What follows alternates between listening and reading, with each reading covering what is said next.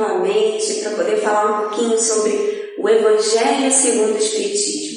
Eu me chamo Juliana Nogueira, sou facilitadora aqui no Centro Espírita Humildade e Amor. E hoje a gente vai falar do capítulo 15, Fora da Caridade não há salvação. A gente vai falar desse capítulo que vem trazendo uma das grandes importâncias aqui no cuidado com o próximo, né? Para que a gente siga o caminho de Jesus, os passos de Jesus. Então, a gente já começa nesse início de capítulo trazendo uma passagem de Mateus, que vem falando assim: ora, quando o Filho do Homem vier em sua majestade, acompanhado de todos os anjos, sentar-se-á no trono de sua glória, reunidas diante dele todas as nações. Separará uns dos outros, como o pastor separa dos bodes as ovelhas, e colocará as ovelhas à sua direita e os bodes à sua esquerda. Então dirá o rei aos que estiverem à sua direita: vinde, benditos de meu Pai, tomai posse do reino que vos foi preparado desde o princípio do mundo. Porquanto tive fome e me destes de comer, tive sede e me destes de beber, careci de teto e me hospedastes, estive nu e me vestistes, achei-me doente e me visitastes, estive preso e me foste ver. Então responder-lhe-ão os justos: Senhor, quando foi que te vimos com fome e te demos de comer, ou com sede e te demos de beber? Quando foi que te vimos sem teto e te hospedamos, ou despido e te vestimos? E quando foi que te soubemos doente, ou preso e fomos visitar-te? O rei lhes responderá: em verdade vos digo, todas as vezes que isso fizestes a um destes mais pequeninos dos meus irmãos, foi a mim mesmo que o fizeste. E aí nessa passagem, depois ele continua falando um pouquinho mais, ao contrário, né? Quem não fez por ele, como que estaria sendo visto? Também não estaria ajudando ao próprio Jesus. Então, Jesus se coloca em todos nós, né? E nesse processo da caridade, nesse movimento que a gente faz em prol do outro, Jesus está dizendo: se você cuida do próximo, você também está cuidando de mim. Se você veste o próximo, você também está me vestindo. Se você alimenta o próximo, você também está me alimentando. Então é uma passagem linda que nos toca, porque a gente não tem que escolher aonde a gente está fazendo a caridade. Na verdade, nós simplesmente temos que sentir e fazê-la. E aí, conforme ele vai seguindo, ele traz uma passagem de Lucas, onde está a parábola do samaritano, que também é uma parábola muito bonita, muito intensa, onde vem falando da caridade, onde vem falando do amor e da compaixão pelo próximo. Eu vou ler um trechinho dela. Um homem que descia de Jerusalém para Jericó caiu em poder de ladrões, que o despojaram, cobriram de ferimentos e se foram, deixando-o semi-morto. Aconteceu em seguida que um sacerdote, descendo pelo mesmo caminho, o viu e passou adiante. Um levita, que também veio àquele lugar, tendo-o observado, passou igualmente adiante. Mas um samaritano, que viajava, chegando ao lugar onde jazia aquele homem e tendo-o visto, foi tocado de compaixão. Aproximou-se dele, deitou-lhe óleo e vinho nas feridas e as pensou. Depois, pondo o seu cavalo, levou-o a uma hospedaria e cuidou dele. No dia seguinte, tirou 2 denários e os deu ao hospedeiro, dizendo: trata muito bem deste homem, e tudo que dependeres a mais eu te pagarei quando regressar. Está em Lucas, né? E olha que lindíssima essa passagem. E se a gente trazer para a nossa vida atual, quantos de nós já passamos por tantos que precisam muito, ou que precisam um pouquinho, e a gente não parou. Quando Jesus traz essa parábola, ele vem trazer o sacerdote e o levita, que são figuras que, teoricamente, já estão na espiritualidade, já estão com um olhar religioso para o mundo, para as pessoas, mas mesmo assim não pararam para ajudar. E o samaritano que veio viajando, né, que já passava por um processo naquela época de preconceito, né, de ser visto como diferente, todo esse processo que ele passava, mesmo assim, independente se está numa religião ou não, ele parou, ele teve compaixão pelo próximo, ele cuidou dele e ele continuou se preocupando, mesmo tendo que deixá-lo na hospedaria. Quantos e quantos de nós passamos por situações em que a gente está na correria da vida? Quantos e quantos de nós vemos alguém precisando de ajuda? Às vezes, precisando somente ser escutado. A gente não precisa fazer muito. Às vezes, a gente só precisa escutar. E a gente não para isso, né? A gente tem toda uma convenção na nossa vida, que, por exemplo, um oi, tudo bem, é como se fosse oi, né? Porque se a gente parar e falar oi, tudo bem, e a pessoa não está bem, será que a gente está disposto a escutar? Será que a gente quer parar para ouvir aquela pessoa e entender se ela está bem, se ela não está? Porque quando a gente faz isso e a pessoa fala, não, na verdade não está tudo bem não. E aí eu quero parar para ouvir? Às vezes eu fico impaciente em perceber que eu preciso ouvi-la e eu não estou disposta a isso. Então, muitas vezes, a gente tem no nosso caminhar, no nosso dia, várias oportunidades de fazer a caridade. A caridade, ela não precisa ser grande. Ela só precisa ser intensa naquele momento, numa escuta, em dar um copo d'água para alguém que precisa, né? Em dar um abraço. Hoje em dia, a gente já não está podendo tanto abraçar, mas a gente pode se comunicar através dos olhos, através da audição. Muitas vezes a gente pode fazer uma ligação, uma chamada de vídeo, né? Então a gente pode olhar, mas para isso a gente precisa enxergar o nosso próximo. Porque senão, se a gente não enxergar, a gente não vai conseguir entender se ele está precisando de ajuda ou não.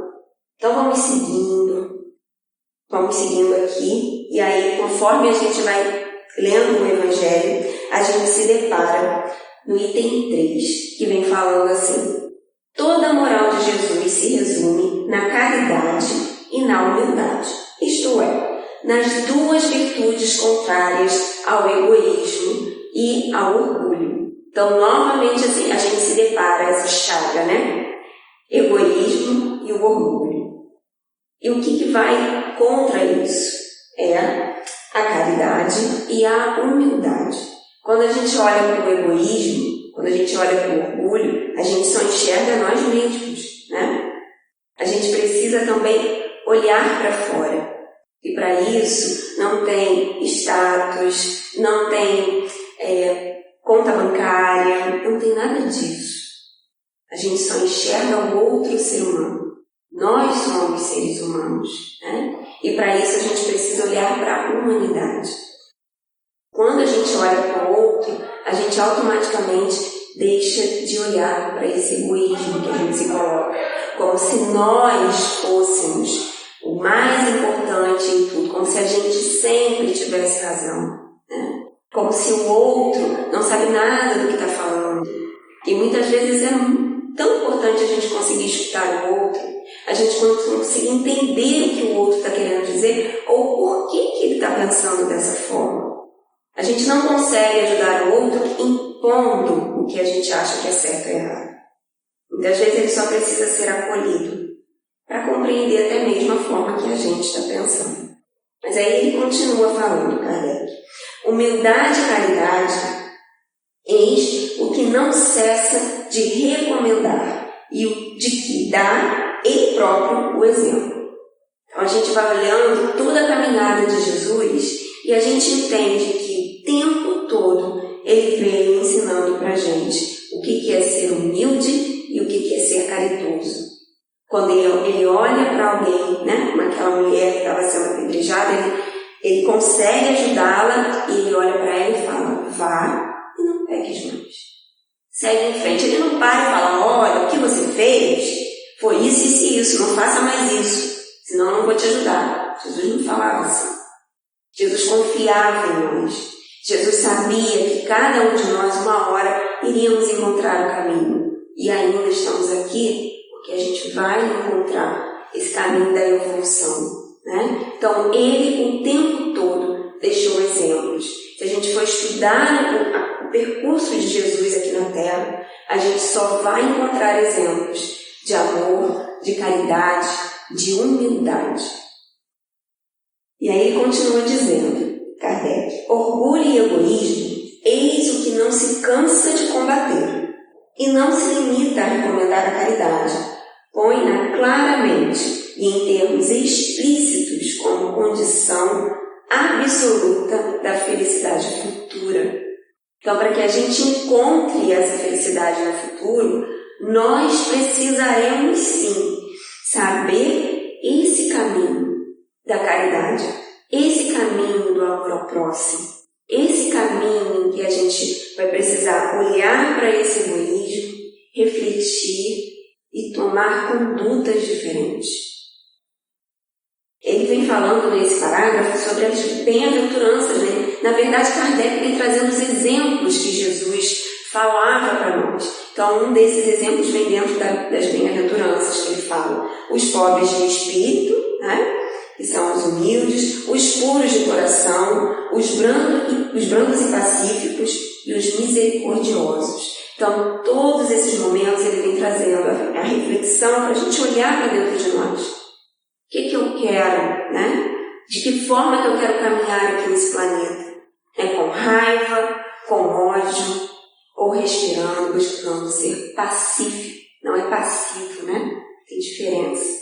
É pacífico. De que forma que eu vou trazer essa paz para dentro de mim, para o meu lar, para o lugar onde eu estou? De que forma que eu vou ter misericórdia pelos outros, né? Aceitar que a gente somos seres humanos e para isso a gente é imperfeito. Então a gente erra. E esses erros, se a gente conseguir olhar para esses erros, a gente consegue verdadeiramente encontrar mais rápido o caminho do acerto. E ajudar também os outros, né, que estão com a gente. Fazer aos outros o que quererias que vos fizessem. Então, quando eu faço o outro, não é porque o outro, sei lá, furou fila, que eu também vou furar. Eu gosto quando alguém fura fila? Não, então por que eu vou fazer? Só porque o outro fez, e aí eu dou poder para o outro decidir o que eu vou fazer na minha vida. Eu acabo tirando a responsabilidade que eu tenho que ter diante das minhas ações, diante de cada movimento que eu faço e deixando que o outro decida. Só que vai chegar um momento em que eu vou ser chamada e eu vou ter que assumir essas minhas escolhas. Não é o outro, sou eu. Então, a cada minuto, eu faço escolha. A cada minuto, se eu não quero escolher, já é uma escolha. Então, todos os momentos eu estou aqui escolhendo o que eu quero fazer. Então, eu vou fazer com o outro o que eu gostaria que fizessem comigo. Amai os vossos inimigos, e quando Jesus passa isso para a gente, não é para a gente ser amigo íntimo, mas que a gente compreenda que aquele outro é como eu. Aquele outro que está lá errando, ou ainda com raiva, ou tentando me prejudicar, ele também é como eu, só que está entendendo de forma diferente, ainda está vivendo uma forma de reconhecer os erros do outro muito agressiva, vivendo de forma violenta. Mas se eu conseguir entendê-lo, eu consigo humanizá-lo. Todos nós aqui, no momento em que estamos vivendo, a gente muitas vezes desumaniza as pessoas, porque a gente não consegue enxergar nem o sentimento, nem a necessidade do outro. Que cada um de nós, mesmo cometendo os nossos erros, a gente tinha motivos na nossa cabeça para cometer. Porque para a gente tinha uma razão de ser dessa forma.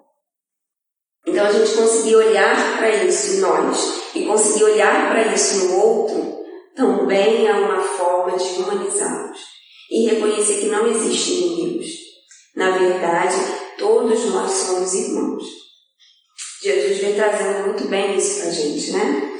Ele também falou, né, Kardec citou, perdoai as ofensas, que é o que a gente busca.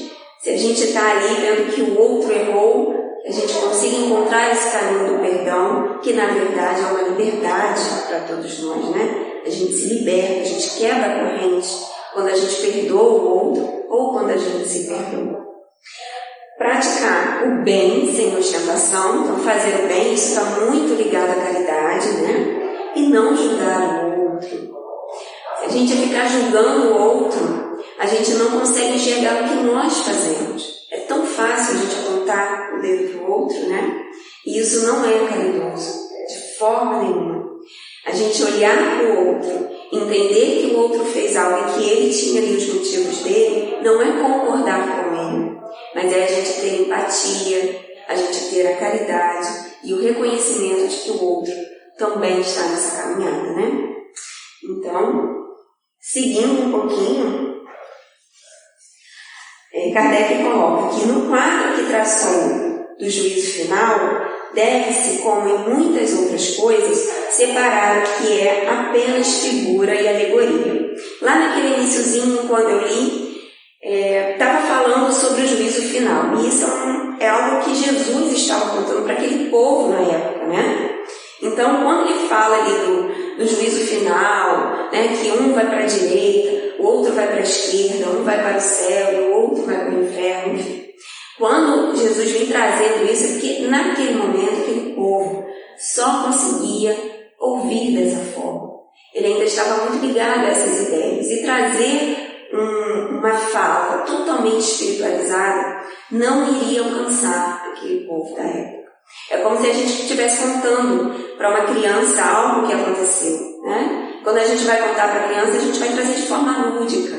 A gente vai trazer de uma forma que a criança compreenda. E era assim que Jesus trazia. Jesus, ele aproveitava a situação, ele aproveitava aquele momento, a forma que aquele povo pensava e trazia os ensinamentos. Então, por isso que Kardec fez questão de falar sobre a figura, né, sobre a alegoria, para que a gente consiga tirar dali realmente o que a gente precisa hoje, né, o conhecimento que a gente precisa tirar dali. E, na verdade, o conhecimento que vem seja caridoso, acima de tudo. Né? Cuide do outro. Olhe para esse ser humano, como você também precisa olhar para si mesmo. Mas a gente vai chegar lá. Então, ele continua. Naquele julgamento supremo, quais os considerandos da sentença? Sobre que se baseia o libelo? Pergunta, porventura, o juiz se o inquirido preencheu tal ou qual formalidade, se observou mais ou menos tal ou qual prática exterior. Na verdade, esse juiz que Jesus traz não está perguntando isso. Não está perguntando se ele fez alguma formalidade, se ele fez alguma prática. Não perguntou nada disso. Não. Inquire tão somente de uma coisa: se a caridade foi praticada. Então, naquele momento, Jesus ele traz o ponto principal daquela história que ele estava contando, que era: a caridade foi feita, independente de quem for, independente de quem está precisando ou quem está fazendo a caridade, ela foi feita. Não considera, portanto, a caridade apenas como uma das condições para a salvação, mas como uma condição única. A gente só vai conseguir evoluir se a gente conseguir sentir verdadeiramente a importância da caridade e como ela é importante para nós. Porque não é fazer para aparecer, não é fazer para mostrar que a gente está fazendo algo para alguém. Não é isso. É a gente sentir a caridade. É a gente sentir a vontade genuína de ajudar o próximo. E é aí que está o X da questão. É aí que está a importância. E é isso que Jesus está querendo passar para a gente. Independente do que a gente vai fazer ou não. Porque muitas vezes eu posso não parar para ajudar aquela pessoa, mas eu posso fechar meus olhos e me concentrar e fazer uma prece. Fazer uma prece forte, com uma intenção muito forte de querer ajudar o próximo. Aí sim a gente já está fazendo uma caridade. Não necessariamente a gente precisa ir, não. Até porque a gente está passando, a gente está em 2021, a gente ainda está aí com o processo da pandemia e muitas vezes a gente vê alguém em sofrimento e a gente não pode ir lá na casa da outra pessoa.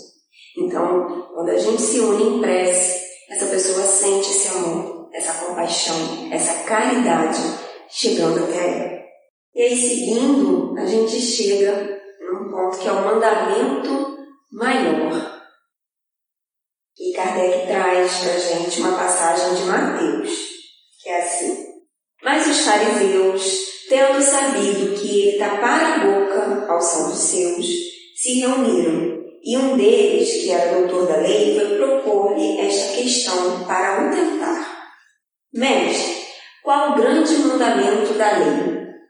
Jesus lhe respondeu: amarás o Senhor teu Deus de todo o teu coração, de toda a tua alma, de todo o teu espírito.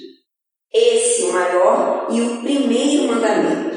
E aqui está o segundo, que é semelhante ao primeiro: amarás o teu próximo como a ti mesmo. Toda a lei e os profetas se acham contidos nesses dois mandamentos.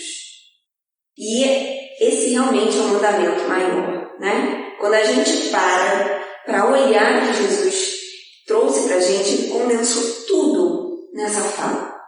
Amar a Deus acima de tudo e amar ao próximo como a ti mesmo.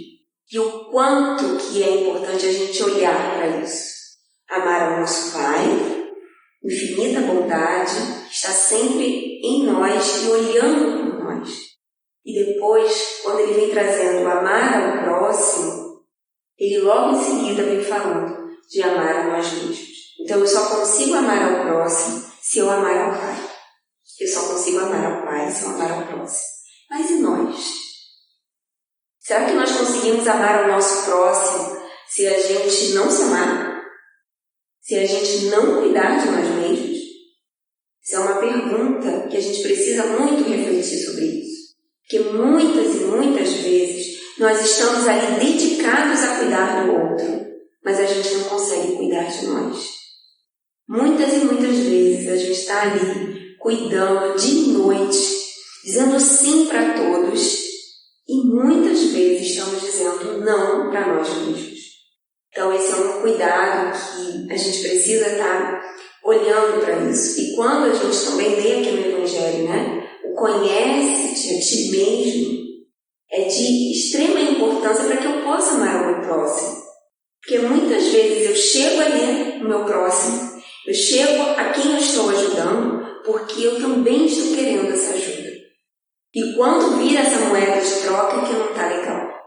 Porque quando eu cuido do outro, eu cuido por amor, por caridade, por compaixão. E eu também preciso ter esse cuidado comigo. Como é que eu faço isso? Olhando para a gente, cada um olhando para si, olhando para os sentimentos, olhando para o que nós estamos precisando nesse momento. Então, se eu tenho aqui algum sentimento, com certeza tem uma necessidade por trás dele. Uma necessidade, muitas vezes, de amor, de apoio, de cuidado. Então, eu preciso olhar para isso em mim, para que eu não jogue no outro o que eu preciso. Então, quando a gente consegue começar a ter esse olhar e esse contato com os nossos próprios sentimentos, a gente consegue fazer essa caridade. Pela caridade. Pelo amor. Não como uma moeda de troca. Porque às vezes a gente fala, né? Poxa, fiz isso por você e agora você não faz isso para mim? Cuidar do outro é o amor, é a caridade. Mas a gente está sempre esperando que o outro faça por nós o que a gente fez por ele, né? E aí que está o grande risco. Jesus não esperou que a gente fizesse por ele o que ele fez por nós. Ele nos amou, ele nos ensinou, ele estava sempre ali deixando o exemplo dele. Então a gente vai seguindo por esses passos, né? Ainda, quando eu falava todas as línguas dos homens e a língua dos próprios anjos, se eu não tiver caridade, eu serei como o bronze que soa e um símbolo que retine. Ainda quando tivesse dom de profecia, que penetrasse todos os mistérios e tivesse perfeita ciência de todas as coisas, ainda quando tivesse toda a fé possível, até o ponto de transportar montanhas, se não tiver caridade, nada sou. E quando houvesse distribuído os meus bens para alimentar os pobres e houvesse entregado o meu corpo para ser queimado, se não tivesse caridade, tudo isso de nada me serviria. A caridade é paciente, é branda e benfazeja. A caridade não é injubilosa, não é temerária, nem precipitada, não se enche de orgulho, não é desdenhosa, não cuida de seus interesses, não se agasta, nem se azeda com coisa alguma, não suspeita mal, não se rejubila com a injustiça, mas se rejubila com a verdade. Tudo suporta, tudo crê, tudo espera, tudo sofre.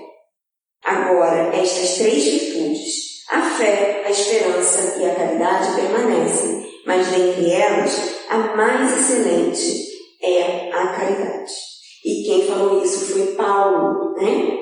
E quando ele vem trazendo essa fala, olha que interessante, né? Ele vem dizendo que quando tivesse o dom de profecia que penetrasse todos os mistérios e tivesse perfeita ciência de todas as coisas, ainda quando tivesse toda a fé possível, até o ponto de transportar montanhas, se eu não tiver caridade, nada sou. Então a caridade, ela faz com que a gente entenda verdadeiramente o porquê de estar fazendo. Não é o fazer simplesmente. Ele vem mostrando que é esse movimento interno. Vamos lá, vamos juntos pensar, fazer um teste aqui. Se a gente fechar nossos olhos e pensar em algum momento em que a gente ajudou alguém, em que a gente não estava esperando nada em troca. Lembra desse momento, fecha os olhos, lembra desse momento, pensa como foi, né? Como que você olhou para essa pessoa e essa pessoa te agradeceu verdadeiramente, ou ela nem precisou agradecer, você simplesmente fez e depois ficou sabendo que a ajudou, que ela conquistou o que buscava, que ela ficou mais tranquila, que ela estava mais leve, enfim. Alguma situação que você tenha e você consiga lembrar e consiga sentir. Pensa, qual o sentimento que você está tendo? Observa se o seu lábio não está sorrindo. Observa se você não está com uma sensação de bem-estar. E isso é quando a gente faz a caridade.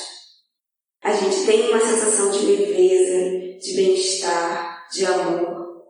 Né? Quando a gente olha para o outro e vê que o ajudou verdadeiramente. Porque eu acredito que todos nós, seres humanos, temos uma natureza compassiva.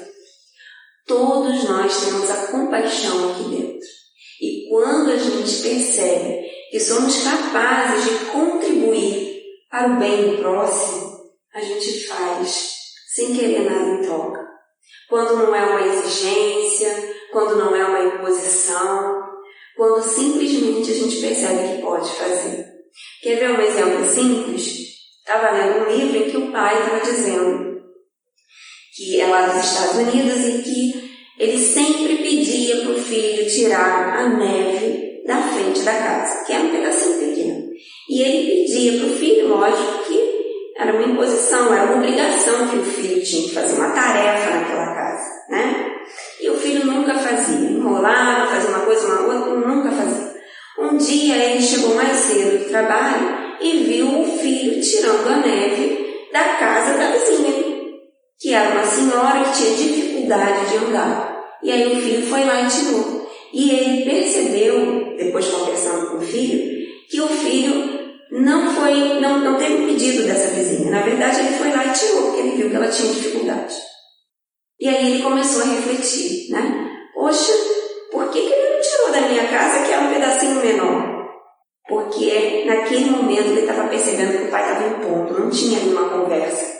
E quando ele pôde fazer o bem para a vizinha, poderia ser até uma extensão maior. Ele foi lá e fez. E se sentiu bem em fazer. E falou isso para o pai. Então olha como é importante a gente compreender que quando a gente entende que fazer o bem para o próximo é uma grande contribuição e que a gente tem o poder dessa contribuição, a gente vai lá e faz. Isso é compaixão, isso é amor, isso é caridade. É o que Jesus fala para a gente e é o que Paulo está trazendo aqui para a gente também. Quando ele olha e ele fala que eu posso fazer isso tudo, mas se eu não for caridoso, se eu não entender a intenção de fazer a caridade, de nada vai adiantar, né? Então, quando a gente vai ali ajudar alguém a fazer uma caridade por alguém que está na rua, ou por alguém que precisa, de repente, de uma roupa, de alimento, quando a gente faz isso, entende como uma obrigação, ou então que eu vou fazer, senão que o outro vai olhar, né, e vai ver que eu não fiz, vai me julgar, isso não é caridade. A caridade eu preciso encontrar em mim essa compaixão e essa vontade de ajudar o próximo. Então, tem outro ponto lá no Evangelho que vem falando, fora da igreja não há salvação, ou fora da verdade não há salvação.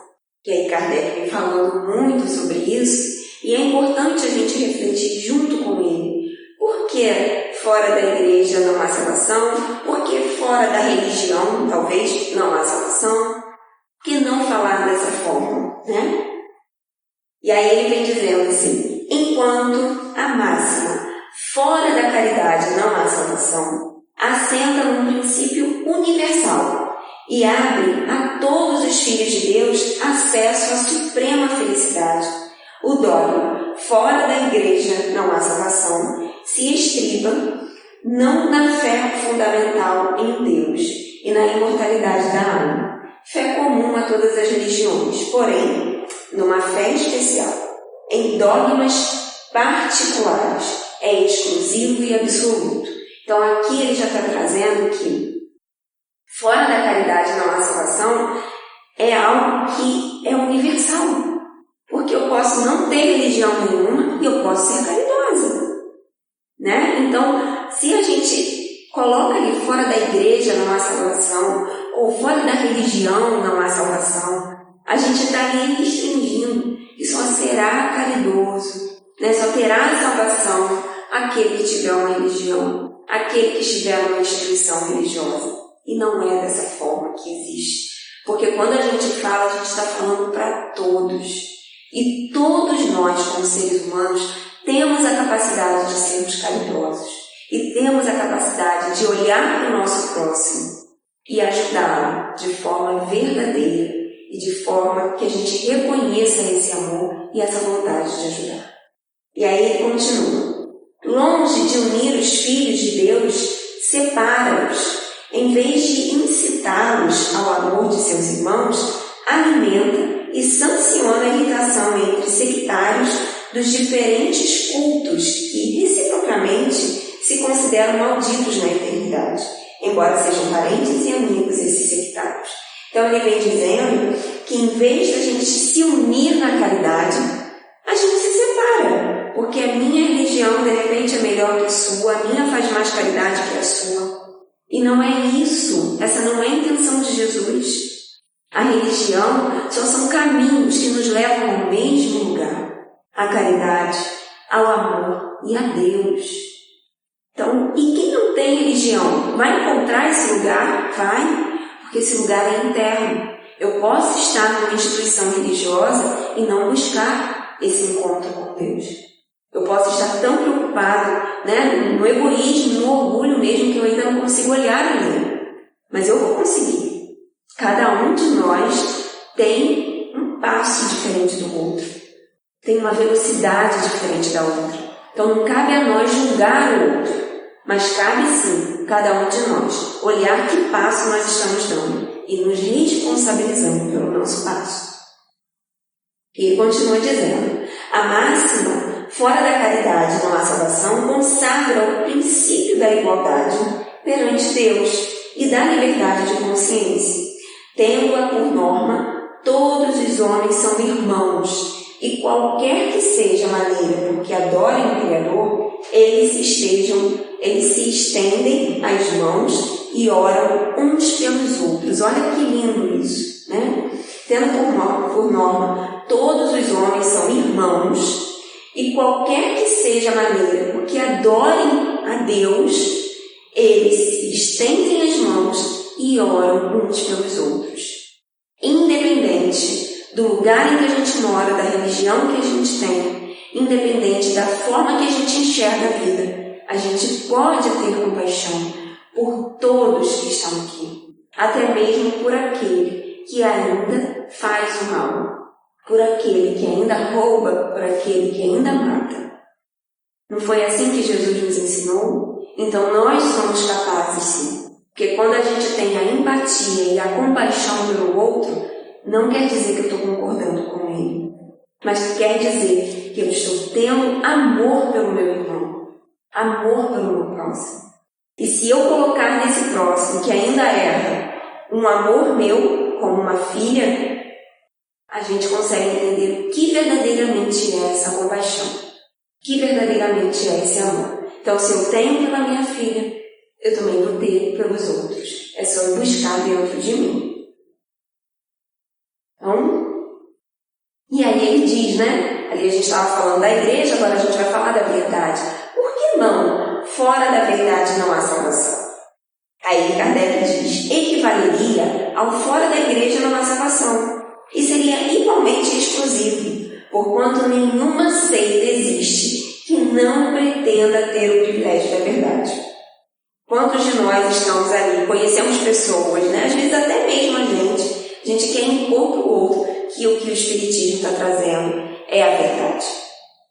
Né? A gente acredita nisso, mas não necessariamente é a verdade absoluta, porque todos os caminhos levam a Deus. Que homem se pode vangloriar de a possuir integral, quando o âmbito dos conhecimentos incessantemente se alarga e todos os dias se retificam as ideias? A gente não tem a verdade absoluta, né? Somos seres imperfeitos. A ciência mesmo, cada hora vai trazendo um avanço. Então a gente não pode dizer que a gente sabe tudo, que a gente sabe qual é a verdade. A verdade absoluta é patrimônio unicamente de espíritos da categoria mais elevada, e a humanidade terrena não poderia pretender possuí-la, porque não lhe é dado saber tudo. Ela somente pode aspirar a uma verdade relativa e proporcionada ao seu adiantamento. Então nós estamos numa caminhada evolutiva, como seres humanos individuais, e estamos numa caminhada evolutiva como humanidade. Então a verdade que a gente tem é uma verdade relativa. E conforme a gente vai se adiantando, a gente vai conseguindo ter acesso a uma verdade mais ampla, né? Mas isso não quer dizer que na nossa religião, que a forma que a gente entende a vida é a verdade absoluta. Porque a gente também precisa reconhecer que somos imperfeitos, né? E quando a gente para pensar nisso, a gente precisa entender qual é a nossa intenção. Qual é a nossa intenção quando a gente quer impor uma verdade ao outro? Qual é o meu objetivo nessa conversa ou nessa relação? Será que eu quero que o outro entenda que está errado e eu certo? Ou eu quero encontrar ali um momento de conexão? Um momento em que eu possa falar, né, da caridade, do amor, ou então que eu possa dizer para o outro que eu gostaria muito que ele se cuidasse, que eu gostaria muito que ele cuidasse da saúde, ou que ele tivesse ali um olhar para a espiritualidade, independente da religião que ele estiver. Então, a gente olhando para a nossa intenção, a gente consegue fazer o bem. Porque senão a gente se prende nesse campo de certo e de errado. E aí eu só consigo acertar se o outro reconhecer o eu. E não é esse o caminho. Esse caminho é um caminho de briga e de desconexão entre nós, seres humanos. Olhar para a nossa intenção e o que eu quero com essa conversa, eu vou ter um objetivo final, que não é impor ao outro certo e errado, mas sim mostrar que eu estou tendo uma preocupação, ou que eu gostaria de dividir uma descoberta, independente, né? Se ele vai gostar ou não. Ele pode dizer que não gostou, ele pode dizer que não acredita. Mas no final de tudo, eu tenho certeza que quando a gente tem a intenção de se conectar, a gente vai entender que o caminho do bem, o caminho do amor, o caminho da caridade é muito melhor do que brigar. Vamos seguindo agora com as instruções dos Espíritos, que é a última passagem que a gente vem trazendo lá nesse capítulo 15. Então, ele vem falando que fora da caridade não há salvação, e quem vem trazendo para a gente é Paulo. E ele diz assim para a gente, que é uma passagem muito bonita: Meus filhos, Na máxima, fora da caridade não há salvação, estão encerrados os destinos dos homens na terra e no céu. Na terra, porque à sombra desse estandarte, eles viverão em paz. No céu, porque os que a houverem praticado acharão graças diante do Senhor. Essa divisa é o facho celeste, a luminosa coluna que guia o homem no deserto da vida, encaminhando para a terra da promissão. Ela brilha no céu como a auréola santa, na fronte dos eleitos, e na terra se acha gravada no coração daqueles a quem Jesus dirá: passai à direita, benditos de meu Pai. Reconhecê-los-eis pelo perfume de caridade que espalham em torno de si. Nada exprime com mais exatidão o pensamento de Jesus, nada resume tão bem os deveres do homem como essa máxima de ordem divina, que fora da caridade não há salvação. Não poderia o Espiritismo provar melhor a sua origem do que apresentando-a como regra, pois isso que é um reflexo do mais puro cristianismo. A nossa base ali, né? O Espiritismo vem trazendo. Fora da caridade não há salvação. Levando-a por guia, nunca o homem se transviará. Dedicai-vos assim, meus amigos, a percrutar-lhe o sentido profundo e as consequências, a descobrir por vós mesmos todas as aplicações. Então, se a gente seguir nessa intenção de sermos caridosos, né, com o nosso próximo, mas verdadeiramente queremos contribuir, não terá erro. Essa caminhada não vai ter erro porque a gente tem a intenção de fazer o bem. Submetei todas as vossas ações ao governo da caridade e a consciência vos responderá. Não só ela evitará que pratiqueis o mal, como também fará que pratiqueis o bem, porquanto uma virtude negativa não basta. É necessária uma virtude ativa. Então, só ter a intenção de fazer a caridade, meus amigos, não é o bastante. Precisamos fazer. Sim, eu concordo com vocês que muitas vezes a gente não tem como fazer. E aí a intenção da prece, ela vem como um movimento ativo. Mas muitas vezes nós temos sim. Como ajudar alguém a descer do ônibus, como carregar de repente a compra de alguém que está com dificuldade, como dar um copo d'água para quem está varrendo a rua. A gente sempre tem como ajudar. E isso é colocar a caridade de uma forma ativa. Para fazer-se o bem, mister sempre se torna a ação da vontade. Para se não praticar o mal, basta as mais das vezes a inércia e a despreocupação. Então, fazer o bem, eu tenho a vontade e eu coloco ela em ação com a caridade. Fazer o mal, eu não tenho tempo para fazer isso agora, eu fico parada, né? Eu não me preocupo com o outro, eu não quero cuidar, cada um tem o seu problema, eu vou cuidar do meu.